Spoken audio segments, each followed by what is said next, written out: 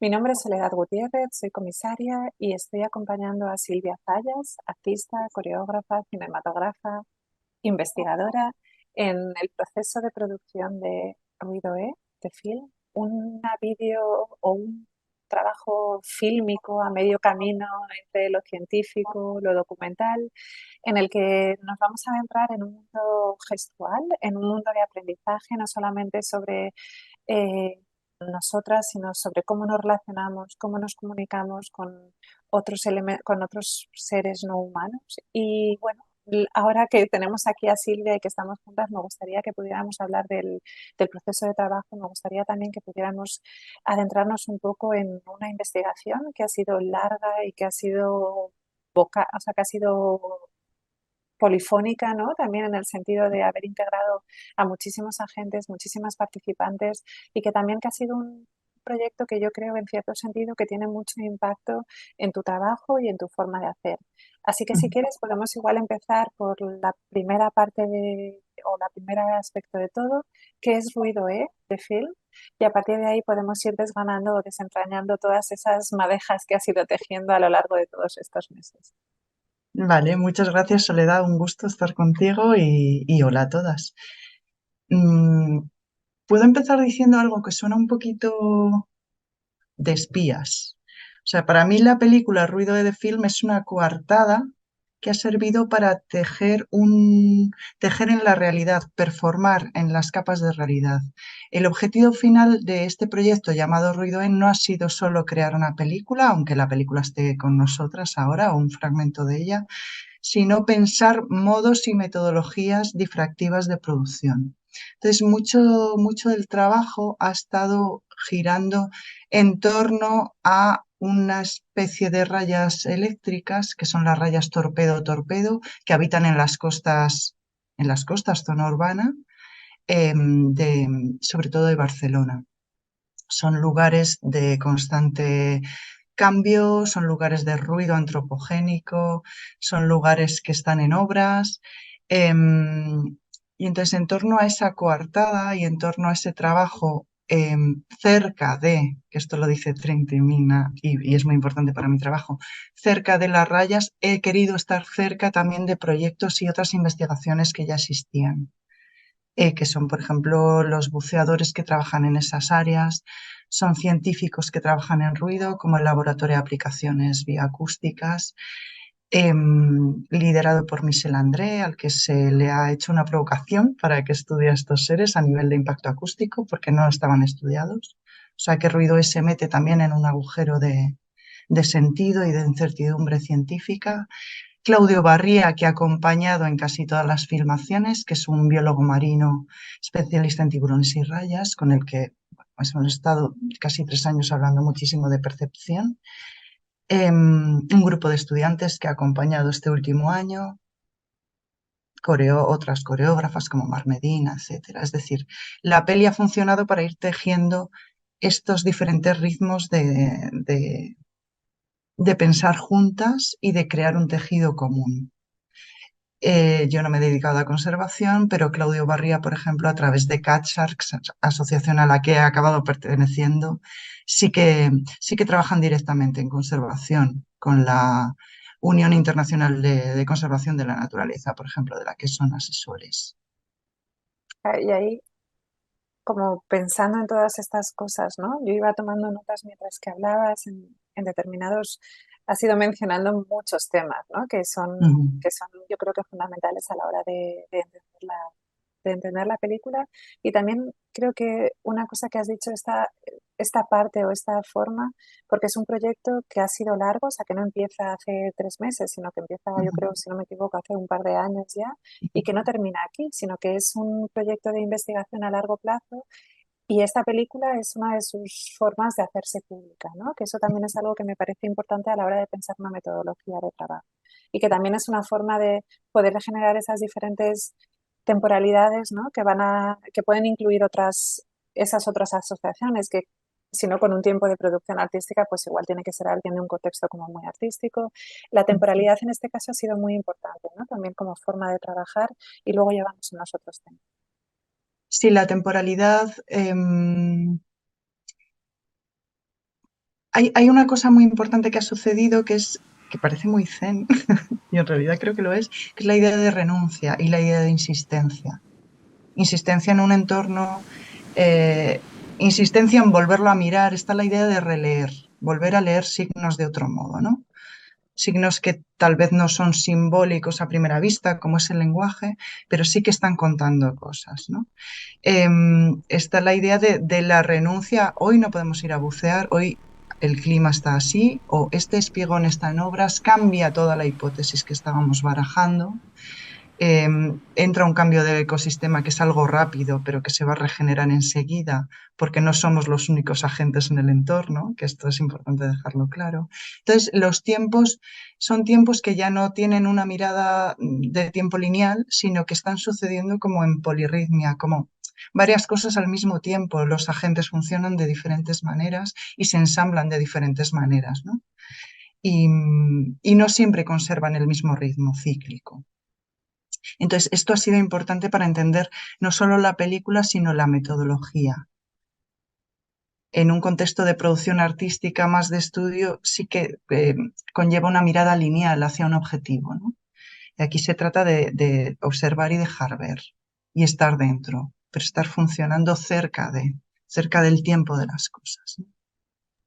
Y también porque esa observación va más allá de lo humano. Quiero decir que la protagonista o el centro de la conversación es esa mantarraya torpedo torpedo que antes mencionabas y que es, digamos, a quien o a través de la cual que articula todo el proceso de investigación, articula esas conversaciones y es la que es la detonadora de esos gestos, ¿no? De esa gestualidad que tú estás mirando, que la gestualidad es algo que atraviesa tu trabajo. No es la primera vez que miras gestos, no es la primera vez que trabajas gestos, pero yo sí que me atrevería a decir, y corrígeme, que es la primera vez que esos gestos son no humanos o son animales, ¿no? Ese cambio, ese mirar a otro tipo de ecosistema fluido, ajeno, que no es tan fácil de atrapar, ¿no? ¿Cómo llegas ahí o por qué decides trabajar a partir del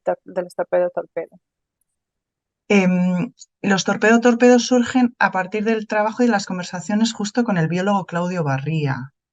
No estaban al principio. Sí que a mí me interesaba trabajar en percepción de rayas y tiburones, por eso lo llamé y se ha ido quedando y ha sido un colaborador que ha estado cerquísima todo el tiempo. Y surgen porque son las que tenemos accesibles aquí en Costa, que es el entorno más cambiante.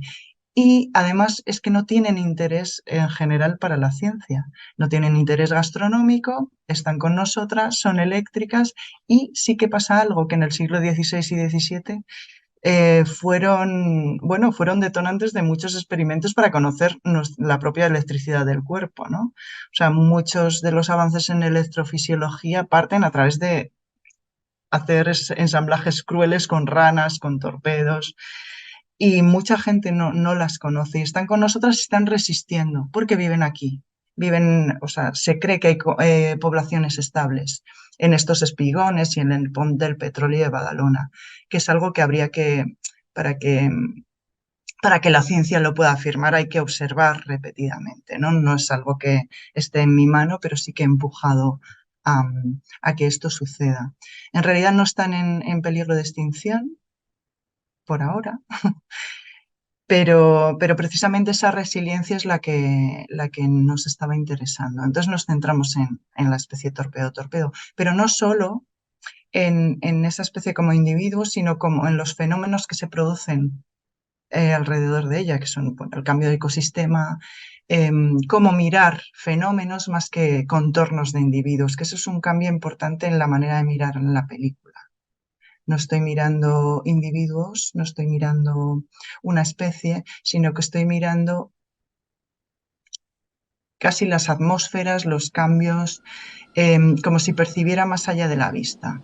De hecho, la manera de grabar no es una manera en la que yo miro lo que grabo, sino que yo siento y la cámara va y hace de transductora en imagen, porque la cámara registra imagen y sonido, ¿no? Pero hace de transductora de sensaciones y atención a fenómenos, a cambios de temperatura, a corrientes, etc. Entonces ahí hay un cambio. Y ahí eso me parecía muy importante, ¿no? Porque muchas veces hablamos de sentir, ¿no? De que como seres humanos estamos muy acostumbrados a una determinada tipo de percepción, que es una percepción más plana, que es una percepción basada, o sí, basada en la vista y en el oído como una forma de racionalización, ¿no? Y yo creo que una de las cosas desde a la que invitamos mucho y que hablamos mucho con las artistas con las que trabajamos en TDA 21 es con la posibilidad y que yo creo que cada vez, incluso desde el plano científico, está más asumida, ¿no? La necesidad de invocar otras formas de sentir, ¿no? Otras formas de relacionarse, otras formas de trabajar o de entender lo que nos rodea.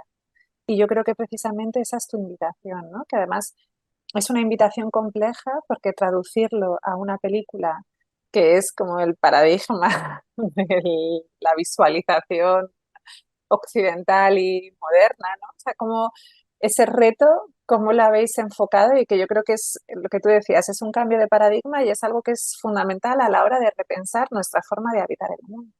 Uh-huh.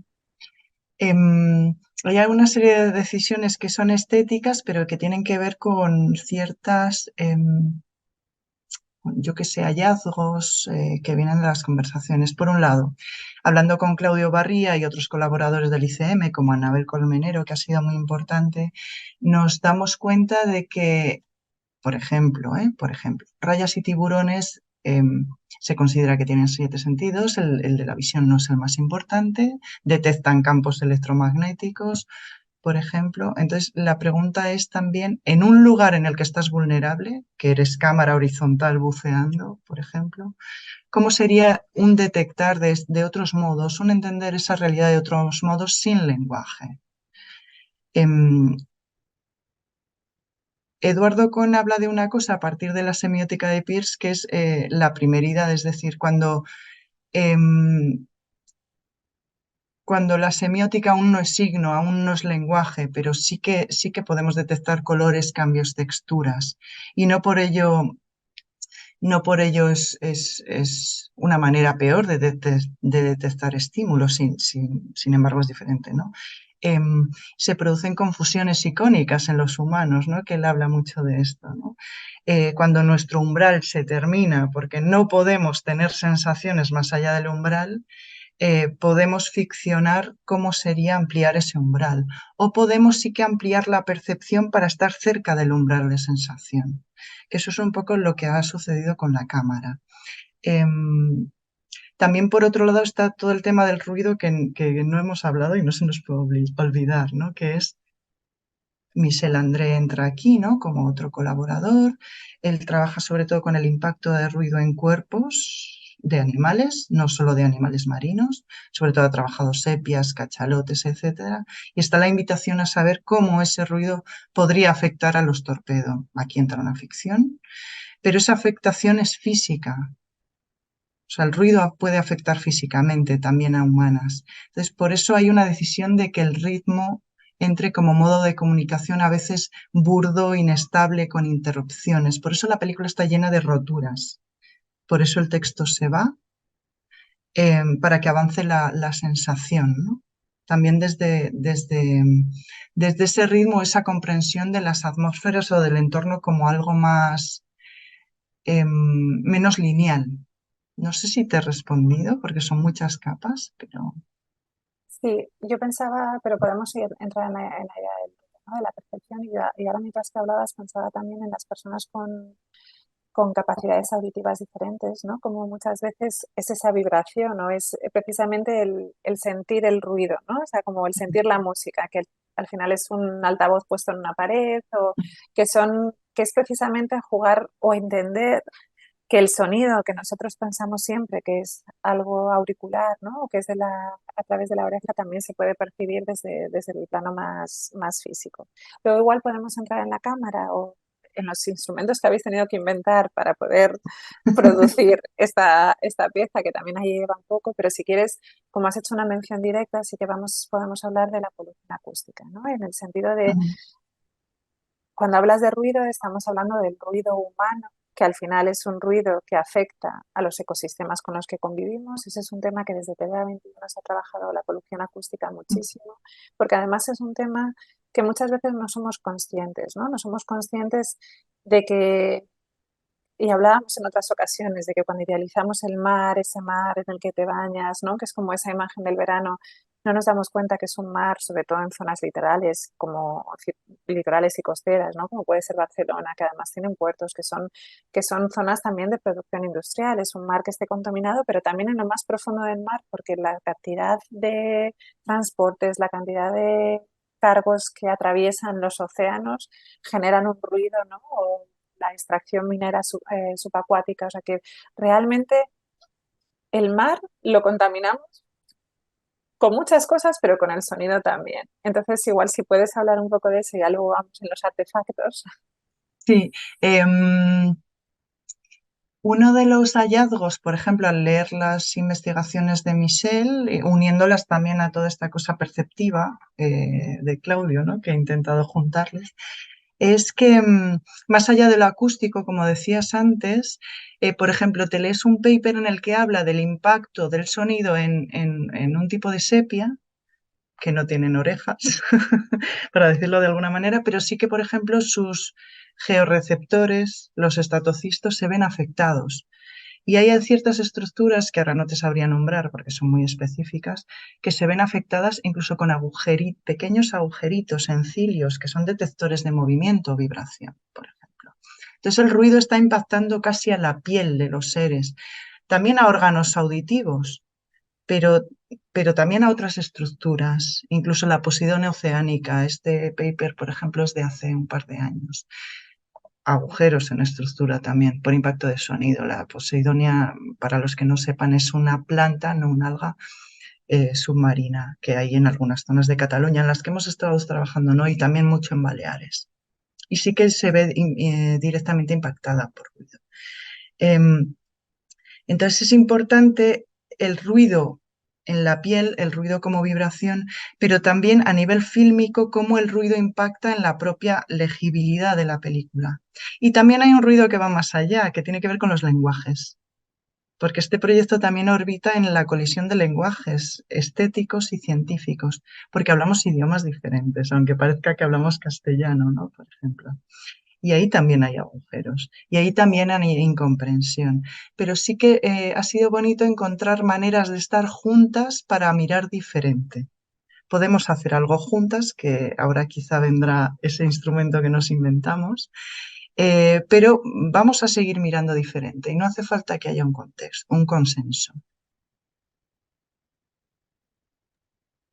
Y que precisamente esa es una de las riquezas, ¿no? De este tipo de proyectos. Es decir, vamos a generar un contexto, vamos a generar un lugar de encuentro en el que podamos hablar, ¿no? Diferente, en el que podamos cada una expresar nuestros intereses y nuestros conocimientos y a partir de ahí generar algo que nos sea propio de lo que nos sintamos identificadas, ¿no? Y que nos sea también, en cierto sentido, y hay veces que la palabra puede tener como un, un toque como muy productivista, pero que también sea útil, ¿no? Y ahí es donde y aprendamos juntas, el asumir que ninguna de las dos, o sea, que simplemente son conocimientos que se van complementando, ¿no? Claudio o Michelle tienen unos conocimientos muchísimo más amplios de un aspecto más científico, tú de un aspecto más artístico, incluso los estudiantes también te enseñan, ¿no? Porque son diferentes miradas que te abren otras formas de mirar. Pero en esa, primero entramos igual en la volvemos a la relación con Claudio y a esa necesidad de inventar algo, ¿no? Que es un invento que se comparte, que se construye juntos, porque sí que me parece que es importante y que además de una manera está presente, ¿no? También en la película. Vale. Con Claudio la relación se empezó a... Es que esto es importante para pensar metodologías, ¿no? Que tiene que ver con ese estar cerca de, ¿no? No es ninguno nos instrumentalizamos al otro.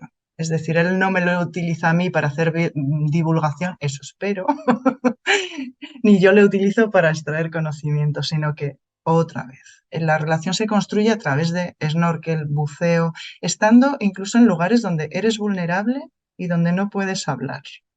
Solo tienes que cuidar al otro. Y después sí que se empiezan a construir, digamos, como entre comillas, los sueños, ¿no? Entonces, en esa relación, la escucha es muy cercana a los deseos, ¿no? De qué hace falta, todo el rato inventando en ese agujero de lo que no hay. Entonces, un día recuerdo que esto fue en unas pizzas después de un buceo que decía Claudio, molaría hacer un BRUP. Y yo, ¿qué es un BRUP? Entonces, me explica lo que es un BRUP, se llama Baited Remote Underwater Video. Entonces, es un sistema de filmación que se usa para observaciones científicas, es un sistema de filmación con cebo, que no alimentación, porque cambiar el ecosistema solo sirve para olor el cebo, sin la mirada invasiva humana, sin la presencia humana. Entonces, en toda la península ibérica, bueno, no hay en toda la península ibérica. Sí que hay uno que está utilizando SharkMed, que es una asociación, una ONG, creo, para observación de animales pelágicos, que son los que viven en la columna de agua, pero no hay ninguno para observaciones submarinas. Entonces, nos planteamos varias cosas. ¿Cómo sería inventarse ese sistema que pueda servir para observaciones científicas que posteriormente servirán para conservación o para regulación? Todavía no, es muy pronto. ¿Y cómo sería construirlo de una manera más o menos low-tech por lo democrático? Para generar luego un instructable que pueda ser compartido o incluso el propio instrumento. Entonces, dentro del marco de Grapa, hicimos un taller con estudiantes en Hangar, que también estuvo Sose Quiroga y Miguel Ángel de Eras, como pensando la estructura. Y es una estructura muy sencilla, hecho de PVC, que es muy resistente a a las atmósferas de presión, utilizando el equipo técnico que teníamos y con el problema que seguimos teniendo, que es la ampliación de baterías, que esto está por ver, ¿no? ¿Cómo hacemos? Porque con placas solares sería inviable por la profundidad a la que lo queremos usar. Entonces, este dispositivo está en testeo. Entonces, esto lo hemos hecho juntos, lo hemos probado juntas, pero estamos interesados en lo que filma es diferente, porque Claudio quiere ver una imagen más nítida que servirá para determinar la población o la repetición del mismo individuo torpedo, por ejemplo. Y a mí me interesa más el fenómeno que bordea la producción de la cosa, ¿no? O esas otras cosas que suceden, incluso los errores. Ese es un ejemplo como muy claro de estar juntas a hacer diferente, ¿no? Que realmente son esas otras miradas, ¿no? A las que hablábamos y nos referíamos. Y volviendo un poco a la colaboración, has mencionado Grapa, has mencionado el taller con estudiantes en Hangar. Igual estaría bien que le diéramos un poco de contexto también al proyecto a nivel de, hemos hablado de Michelle, hemos hablado de Claudio, pero ese resto de instituciones que forman Sí. parte de Grapa y que también apoyan en diferentes formas y cómo también a mí me gustaría, porque muchas veces no sea solamente nombrar, sino pensar en cómo un proyecto se adapta a esas otras conversaciones, ¿no? Pues eso, el taller del que has hablado en Andar, o sea, cómo toma otras formas y cómo esas formas van creando las diferentes capas. Claro. La idea del taller de Grapa, Grapa es un experimento piloto en el que hemos sido invitadas Joana Moll y yo, como bueno, el primer año, nosotras dos.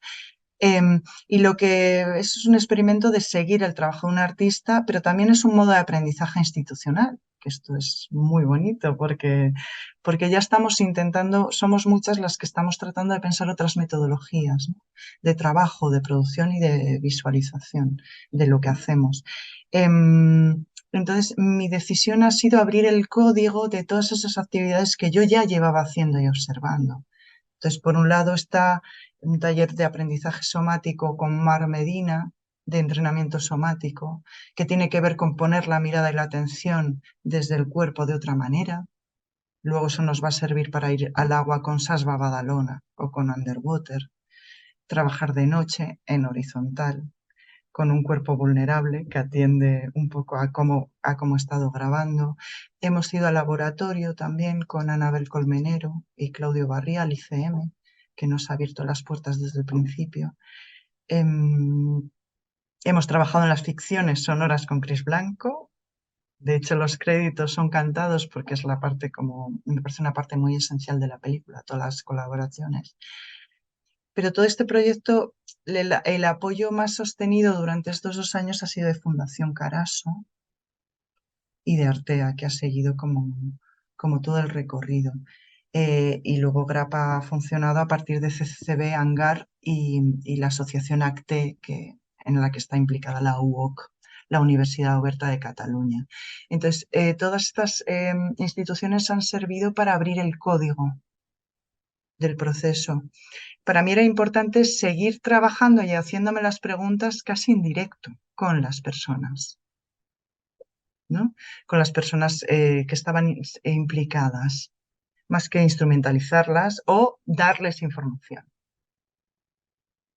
Y no sé quién decía, Clara Piazuelo, que lo ha acompañado toda la parte de Grapa, y Susana Jiménez Carmona todo el proyecto, eh, hablaban de que al principio era muy misteriosa las relaciones de cosas tan dispares, ¿no? Y que al final se empezaba como a vislumbrar que de esas difracciones, como las pienso yo, en esta dramaturgia de encuentros, se iban condensando en un aprendizaje que era más corporal y más de mirada.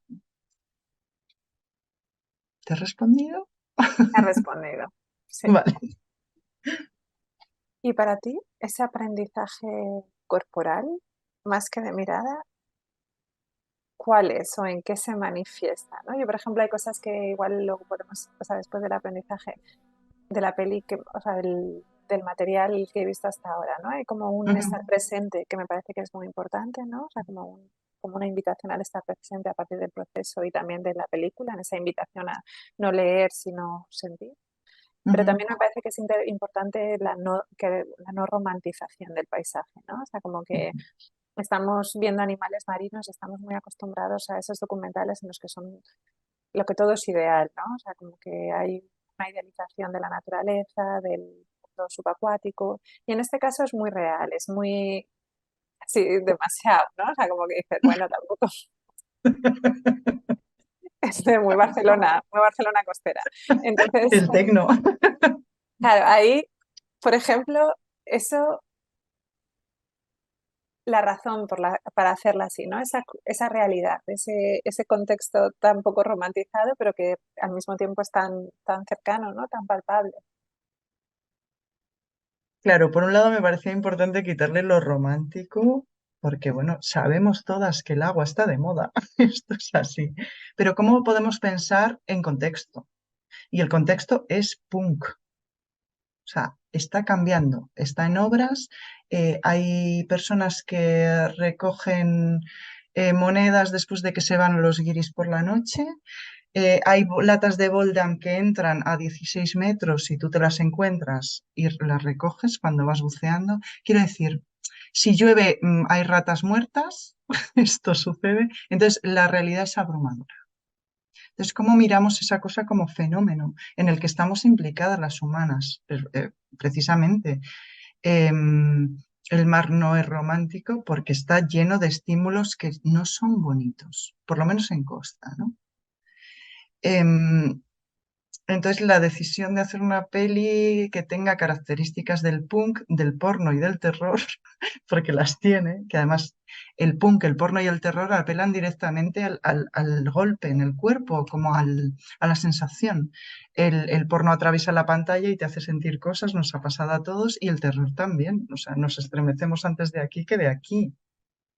Entonces, esa idea de ruido que impacta está dentro de la película también porque la realidad vivida tiene que ver con esto. Yo no podría ahora hacer un documental en el que hablo y que miro a distancia, ¿no?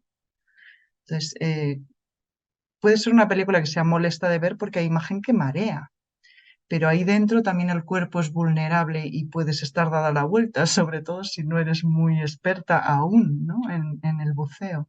Pero además hay cosas sucediendo arriba y abajo. Hay tecno que se cuela a nivel de vibración del Hotel Vela, por ejemplo. Lo he escuchado muchas veces, es un impacto constante y rítmico, por eso entra la música a veces. Entonces, todo eso guarro de la relectura implica un volver a mirar, pero con el cuerpo dentro, no es un volver a mirar a distancia, que es la ilustración, ¿no? Y el saber y el lenguaje. El lenguaje aquí se va y entra el ritmo.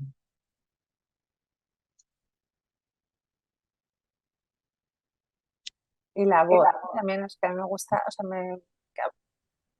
escuchar a la Manta Raya al mismo tiempo que escuchas a Chris Blanco al final, ¿no? Cantar los créditos, como que al final hay una horizontalidad, digamos, ¿no? En cuanto a Mm, relevancia, que yo creo que también eso está muy presente en todo el proceso de trabajo, que hemos hablado, esa horizontalidad con diversos humanos en diferentes disciplinas, pero que también pasa con los seres no humanos, ¿no? Me gusta la idea del ecosistema o de los fenómenos o de los lugares, o sea, de los espacios que se crean y que se comparten. ujú. Y ahora, Sí. sí, perdona. No, no, no, Sí, sigue, sí. no, que ibas a decir algo, dilo.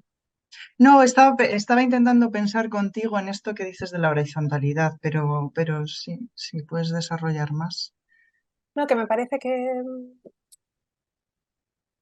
o sea, que a lo largo de la película o a lo largo del proceso, ¿no? Porque la película es fruto de un proceso de trabajo. Yo siento que hay muchos elementos que se ponen al mismo nivel y que precisamente esta incomodidad de la que hablabas antes a la hora de verlo es porque no hay una linealidad o no Ujú, hay un te cuento, tú ves, yo te explico, tú aprendes o esto es más importante que esto, sino que es una casi en esa voluntad de aprender con el cuerpo hay una exposición de cosas, ¿no? Te estoy contando cosas que pasan.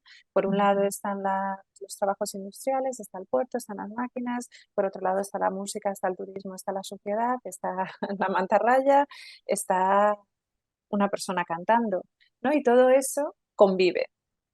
Y ujú, esa convivencia sin jerarquías es lo que me parece que también es importante a la hora de entender la película.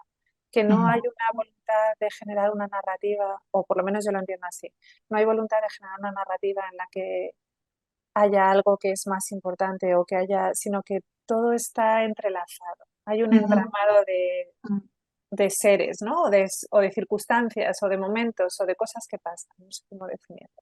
Y ahí es donde yo iba en la idea de la horizontalidad, en la que no hay nada más importante que otro, sino que las cosas se entrelazan y tú te creas tu propia lectura como ujú, espectadora. ujú.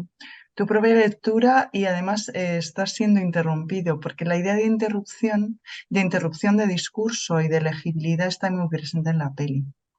O sea, que a veces entra un ritmo y no sabes por qué, o entra una imagen que no tiene nada que ver y que forma parte de la memoria, porque como humanas estamos dentro, no es una mirada otra vez fuera, sino que somos observadoras que estamos dentro de la cosa.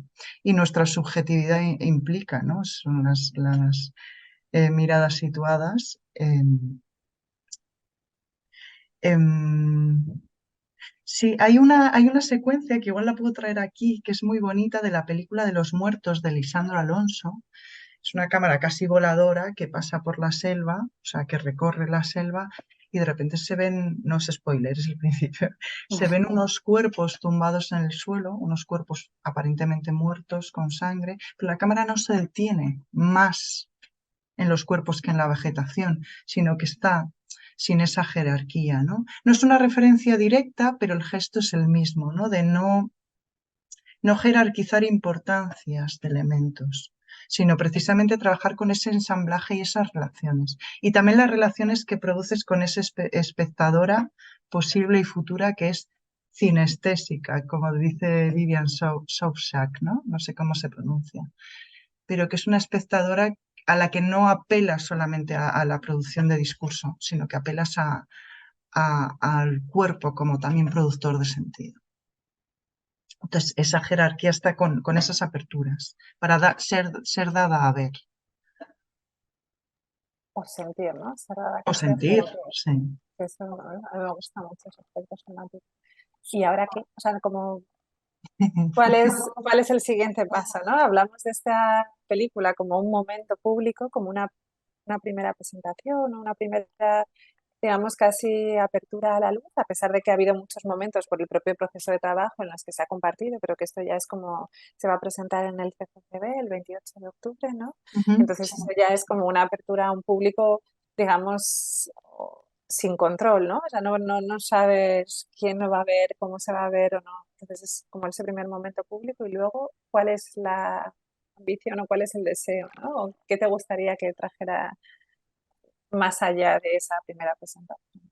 Claro, por un lado, cuanto más trabajas en algo, más te das cuenta de que cada vez hay más preguntas abiertas. Mi deseo es seguir con las hipótesis que tenemos sobre la mesa, con algunos estudios científicos que se iniciarán en el lab entre estas 2 semanas y que no tendremos resultados hasta después de la película.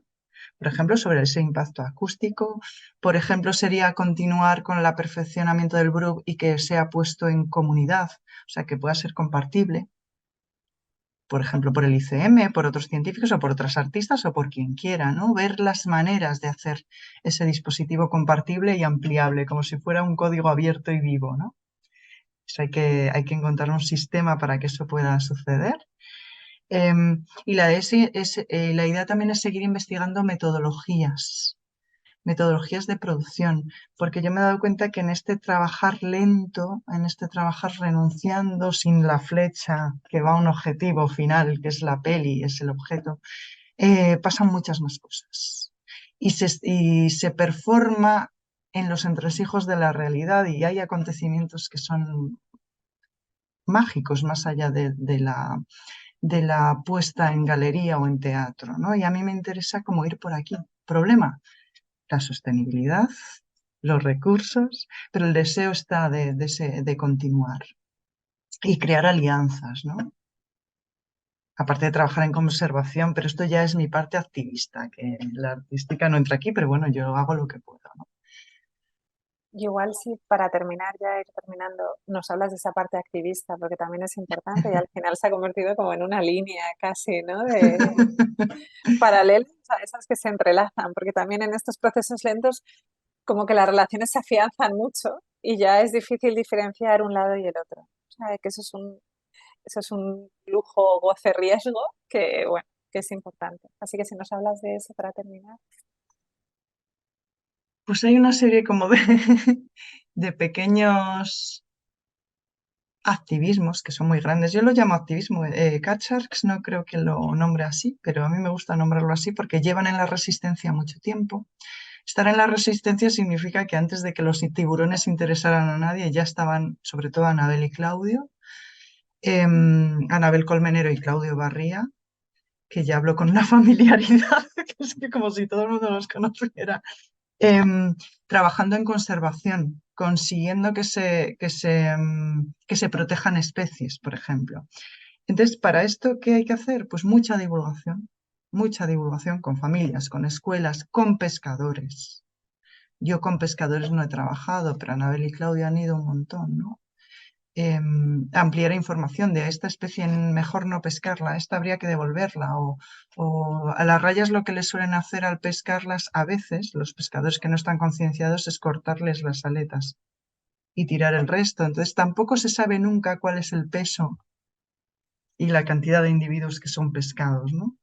Mucha de la información para conservación viene de las lonjas, que son los pescadores son los que están a diario con ellos, ¿no? Entonces, esto para mí es trabajo activista.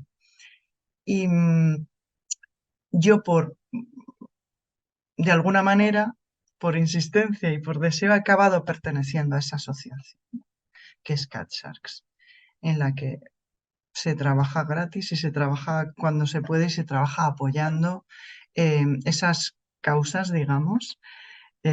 No nos encadenamos a ningún edificio público por ahora, podría ser, pero por ahora no, pero sí que hay todo ese trabajo que a mí me parece invisible y que es lo que yo digo que está performando en la realidad. Hace poco han estado, sobre todo Anabel y Claudio, que son los expertos, obviamente yo no pintaría nada, trabajando en Grecia para delimitar áreas de importancia y se han conseguido delimitar varias áreas en el Mediterráneo español. Eso significa que son áreas de atención para posible conservación de especies. Es un hito, esto ha sucedido este verano, por ejemplo. Entonces, esto es la parte como activista. Y yo ya no me voy de Cat Sharks, aunque deje de trabajar con proyectos submarinos. Me parece que esto ya está. Y eso es lo que cambia realmente, ¿no? Muchas veces dices, es ese trabajo sostenido, continuado, invisible, porque al final es invisible, pero que Mm, es el que es capaz de incidir sobre unas políticas medioambientales, sobre una administración. ujú, Eso es muy importante que siga pasando, o que pase en paralelo, que estas investigaciones o que estos proyectos también ayuden a visibilizar esas formas de hacer o esas posibles colaboraciones o formas de trabajar. ujú. Si no hay nada más, terminamos. Muchísimas gracias, Silvia. Muchísimas gracias a todas por acompañarnos y ha sido un placer y por favor, ver la película, Ruido de Film. Muchas gracias. Muchas gracias, Soledad.